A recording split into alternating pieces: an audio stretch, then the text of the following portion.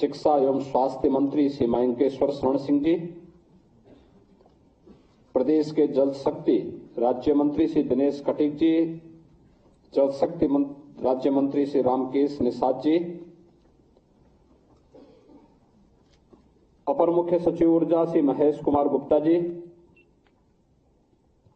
अपर मुख्य सचिव नियुक्ति एवं कार्मिक डॉक्टर देवेश चतुर्वेदी जी, प्रदेश के हमारे सभी वरिष्ठ प्रशासनिक अधिकारीगण, नवचयनित प्रदेश के हमारे सभी युवा साथियों, आज मुझे प्रसन्नता है कि मिशन रोजगार के अंतर्गत प्रदेश के 1800 युवा प्रतिभाओं को प्रदेश के अलग अलग विभागों में सिंचाई एवं जल संसाधन विभाग में, आवास विकास परिषद में, आयुष विभाग में, चिकित्सा स्वास्थ्य विभाग में, सचिवालय प्रशासन विभाग में, प्रशासनिक सुधार विभाग में, उत्तर प्रदेश पावर कॉरपोरेशन में, गृह विभाग में उन्हें आज नियुक्ति पत्र वितरण का एक कार्यक्रम यहां पे संपन्न हो रहा है। मैं प्रदेश के इन सभी अलग अलग विभागों के लिए चयनित युवा प्रतिभाओं को प्रदेश की सेवा में आने के लिए हृदय से स्वागत करता हूं और उनके परिवारजनों को और उन्हें हृदय से बधाई देता हूं।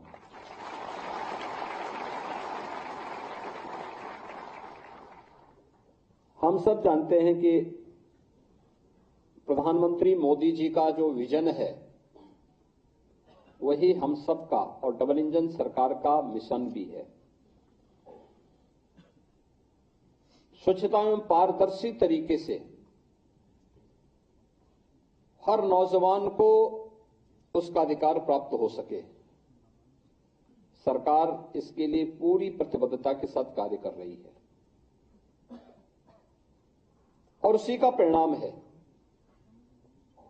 कि पिछले 7 वर्ष के अंदर 6 लाख से अधिक युवाओं को हम लोगों ने अब तक प्रदेश के शासकीय विभागों में नौकरियां प्रदान कर दी हैं। नियुक्ति की प्रक्रिया सभी आयोग और बोर्डों के माध्यम से निरंतर जारी है। एक तरफ सरकारी विभागों में पूरी शुचिता और पारदर्शिता पूर्ण तरीके से नियुक्ति की प्रक्रिया को संपन्न किया जा रहा है, वहीं प्रदेश के अंदर नौकरी और रोजगार की नई संभावनाओं के लिए भी डबल इंजन की भारतीय जनता पार्टी की सरकार ने जो प्रयास प्रारंभ किए थे, आज उसके सार्थक परिणाम हम सबके सामने देखने को मिल रहे हैं। प्रदेश में सुरक्षा और कानून व्यवस्था की बेहतर स्थिति का परिणाम कैसे होता है, यह आज हम सबके सामने है। जब हम लोग देखते हैं कि जिस प्रदेश में कोई निवेश नहीं करना चाहता था, उस प्रदेश में देश भी और दुनिया भी आज निवेश करने के लिए आ रही है। आपने अभी पिछले दिनों देखा होगा, गत सप्ताह ही प्रधानमंत्री जी ने 10,24,000 करोड़ रुपए के निवेश के प्रस्तावों को जमीनी धरातल पर उतारा था, यानी उनका शिलान्यास का कार्यक्रम संपन्न हुआ। 10,24,000 करोड़ रुपए के निवेश के प्रस्ताव का जमीनी धरातल पर उतरने का मतलब आप जानते हैं? 34 लाख से अधिक नौजवानों को सीधे सीधे नौकरी। ये 34 लाख लोग पहले कहां जाते थे? देश के अंदर अलग अलग जगहों पर भटकते थे नौकरी के लिए। कोई महाराष्ट्र जाता था, कोई पंजाब जाता था, कोई बेंगलुरु जाता था, कोई गुजरात जाता था, कोई तमिलनाडु जाता था, कोई आंध्र प्रदेश जाता था। आज कहीं जाना नहीं है, बल्कि अपने ही राज्य में वह निवेश हो रहा है, अपने ही राज्य में उसको नौकरी मिलेगी। यह एक संभावना प्रदेश के अंदर तैयार कर दी गई। जब हम लोग ग्लोबल इन्वेस्टर समिट किए थे फरवरी 2023 में, तो हमें 40 लाख करोड़ रुपए के निवेश के प्रस्ताव प्राप्त हुए। पूरी दुनिया देख रही थी एक यूपी में क्या हो गया, इतना पैसा आ रहा है। थोड़ी भी शासन प्रशासन की कार्य पद्धति बदल जाए, ईमानदारी पूर्ण तरीके से वो कार्य करना प्रारंभ कर दे,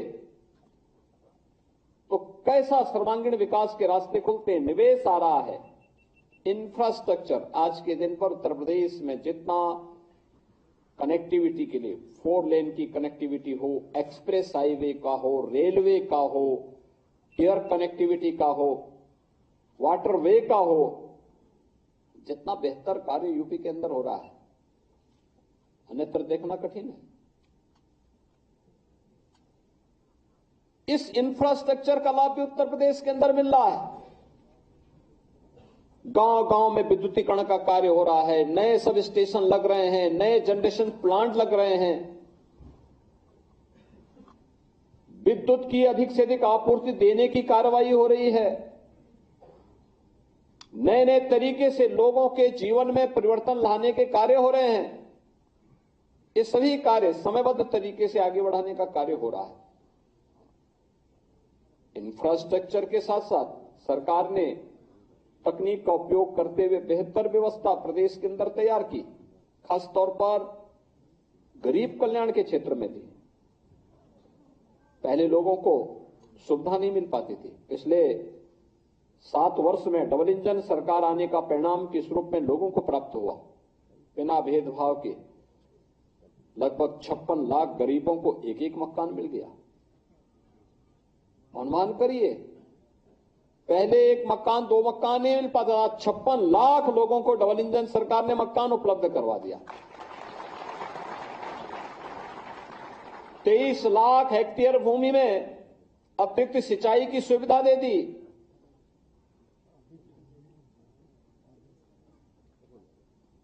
एक 1,21,000 गांव, जहां पे आजादी के बाद क्या आजादी के पहले या आजादी के बाद कभी बिजली नहीं पहुंची थी, उन गांव में बिजली पहुंचा दी और 1,58,00,000 परिवारों को बिजली के फ्री के कनेक्शन भी उपलब्ध करवा दिए गए।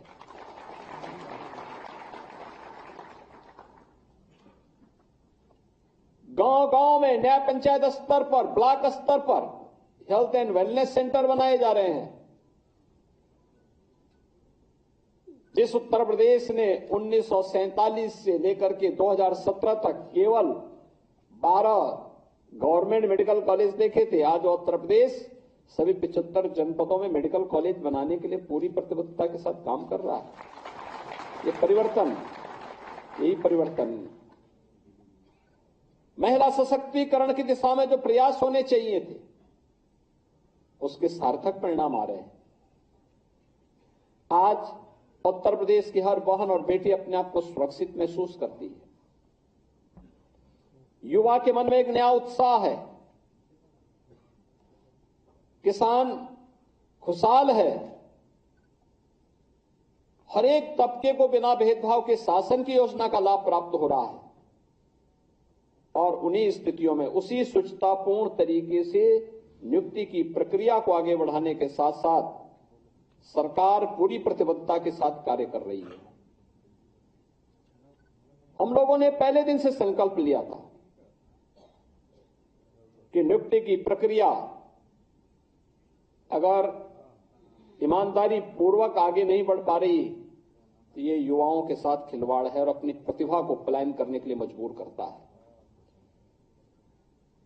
एक राष्ट्रीय पाप है अगर युवा के साथ अन्याय होता है तो। और जो भी पहले दिन से हम लोगों ने तय किया है कि युवाओं के जीवन और उनके भविष्य के साथ जो खिलवाड़ करेगा, हम लोग भी जीरो टॉलरेंस की नीति को अपना करके उन तत्वों से उतनी ही सख्ती और कठोरतम तरीके से निपटने का काम करेंगे जो हमारे युवाओं के भविष्य के साथ खिलवाड़ करने का दुस्साहस करेगा। और सरकार ने जो कार्रवाई प्रारंभ की है, प्रारंभ में भी की थी, अब फिर एक बार और कार्रवाई हम लोग करने जा रहे हैं ऐसे लोगों को खिलाफ। क्योंकि हम लोग तकनीक का उपयोग करते हैं तो हम लोगों के समान ही वे तत्व भी तकनीक का उपयोग करने लगते हैं। कभी कभी मैं सोचता हूं कि अगर वे लोग भी अगर सकारात्मक सोच रखते तो संभवतः गलत काम नहीं करते, अच्छी दिशा में आगे बढ़ते, खुशहाल का जीवन व्यतीत करते। लेकिन अब वे न घर के रहेंगे न घाट के रहेंगे,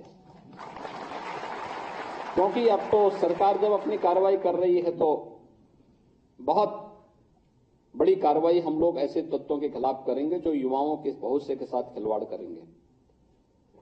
और कार्रवाई भी ऐसी होगी, क्योंकि हम लोग जब कार्रवाई करते हैं तो उसको एक ऐसा प्रस्तुत करते हैं वो नजीर बन जाए, नजीर बनवाएंगे, दोषों को के सामने एक उदाहरण प्रस्तुत करवाएंगे। आज मुझे प्रसन्नता है कि सचिवालय जो प्रशासनिक सुधार विभाग के निरीक्षक में 9 लोगों को, आयुष विभाग में आयुर्वेद के हमारे चिकित्सा अधिकारी के रूप में 360 चिकित्सकों को, सिंचाई एवं जल संसाधन विभाग में अवर अभियंता के 234 अभियंताओं को, आवास विकास परिषद में अवर अभियंता के 123 अभ्यर्थियों को, डेंटल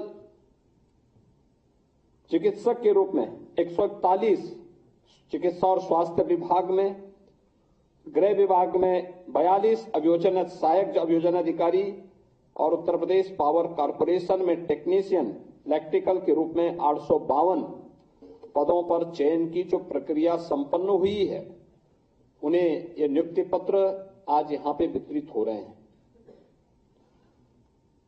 यह आपके जीवन में एक उदाहरण है। आपने देखा होगा फॉर्म भरने से लेकर के परीक्षा की पूरी प्रणाली तक और नियुक्ति पत्र प्राप्त होने के उपरांत अब आपको नियुक्ति पत्र वितरण के साथ आप जब अपने तैनाती वाले स्थल पर जाएंगे, कहीं भी आपको सिफारिश की नौबत नहीं आई होगी।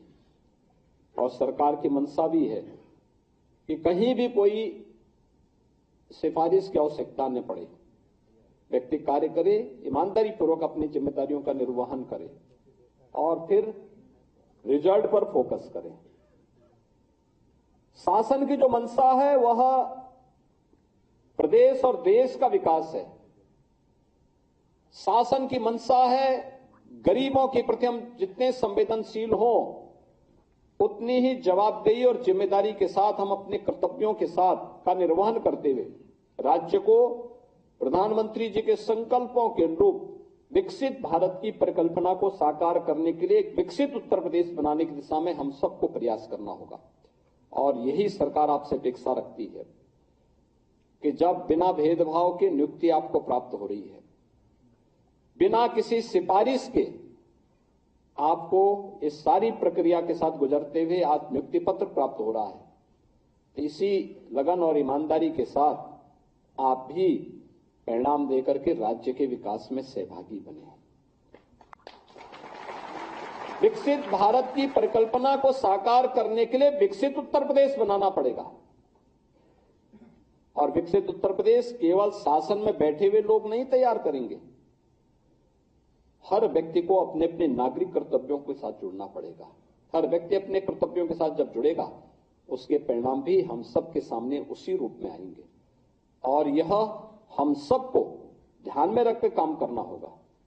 आप ईमानदारी के साथ समय पे अपने कार्यालय जाना, पूरे समय तक वहां रह करके जिम्मेदारियों का निर्वहन करना, फाइल कोई डंप नहीं पड़ी रहनी चाहिए। अगर आप प्रतिदिन के कार्य को समय पूर्व उसको वहां पे संपन्न करके आगे बढ़ेंगे, आपके पास जानकारी, विभागीय जानकारी भी होगी, आपको उससे विभागीय जानकारी से नॉलेज भी होगा, अलग अलग क्षेत्र में जाने के बारे में वहां की जानकारियां भी मिलेंगी और साथ साथ अपने कार्य से संतुष्टि भी होगी। अक्सर होता है जब व्यक्ति के पास कार्य लगातार ढेर जमता है और समय पे उसका निस्तारण नहीं कर पाता है, तो वही बाद में फिर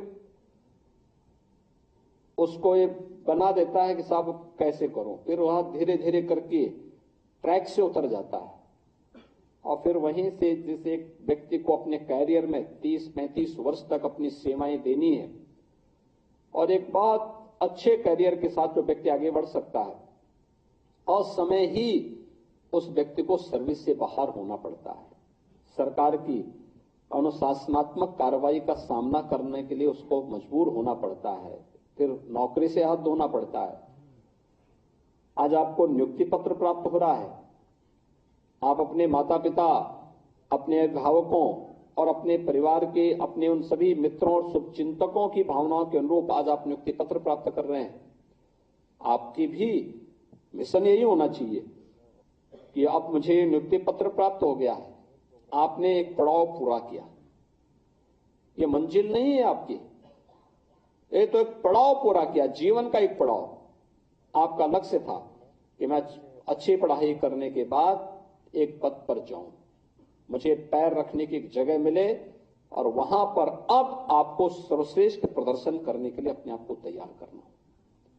जितना अच्छा आप मेहनत कर सकते हैं, जितना परिश्रम कर सकते हैं, और ये पहले 10 वर्ष के अंदर आप याद करना, पहले 10 वर्ष के अंदर जितनी मेहनत आप कर पाएंगे, उस विभाग की हर अच्छाई के बारे में, उसके प्रदर्शन के बारे में और उसके भविष्य के एक रोड मैप को भी प्रस्तुत करने का आपके पास एक खाका आपके सामने होगा। और जब भी इस विभाग में उच्चतम पदों की ओर आप जाएंगे तो आपको अपने बॉस के सामने या विभाग के सामने कभी भी आपको फिर अपने को कमजोर साबित करने की स्थिति नहीं आएगी। कमजोर नहीं पाएंगे आप अपने आप को, क्योंकि आप तो अपडेट हैं इन सब कार्यों की। और मुझे लगता है कि वह पहले दिन से आपको करना पड़ेगा, जवाबदेही के साथ, पूरी ईमानदारी पूर्वक अपने कर्तव्यों के निर्वहन के साथ आप आगे बढ़ेंगे। अलग अलग फील्ड से जुड़े हुए आप लोग हैं, कोई डॉक्टर है, कोई आयुष का डॉक्टर है, कोई अभियंता है, कोई टेक्नीशियन के रूप में काम कर रहा है, कोई किसी अन्य फील्ड में काम कर रहा है, किसी को सचिवालय प्रशासन में अपनी जिम्मेदारियों का निर्वहन करना है। अलग अलग दायित्व का निर्वहन करने के लिए आपको सभी को मिलकर के इस अभियान के साथ आगे बढ़ना ही पड़ेगा। और मुझे लगता है कि यह आपके जीवन में आत्मिक संतुष्टि का कारण भी बनेगा और आपको आगे बढ़ाने में एक निर्णायक भूमिका का निर्वहन भी करेगा। आज के इस अवसर पर मैं एक बार फिर से, जो पिछले हम लोगों ने अलग अलग समय में इस प्रकार के नियुक्ति पत्र के वितरण के कार्यक्रम किए, मुझे प्रसन्नता है कि हम लोगों ने यहाँ पे जल संसाधन विभाग के ही 1438 अभियंताओं को, नियुक्त जूनियर इंजीनियर को हम लोगों ने यहाँ पे उत्तर प्रदेश लोक सेवा के द्वारा चयनित थे, उनको भी नियुक्ति पत्र यहीं पे जारी किया। प्रवक्ता और सहायक अध्यापक के माध्यमिक शिक्षा के थे 436 को, इनको 2021 में हम लोगों ने नियुक्ति पत्र प्रदान किया। 271 खंड शिक्षा अधिकारियों को भी हम लोगों ने यहां पर नियुक्ति पत्र जारी किए।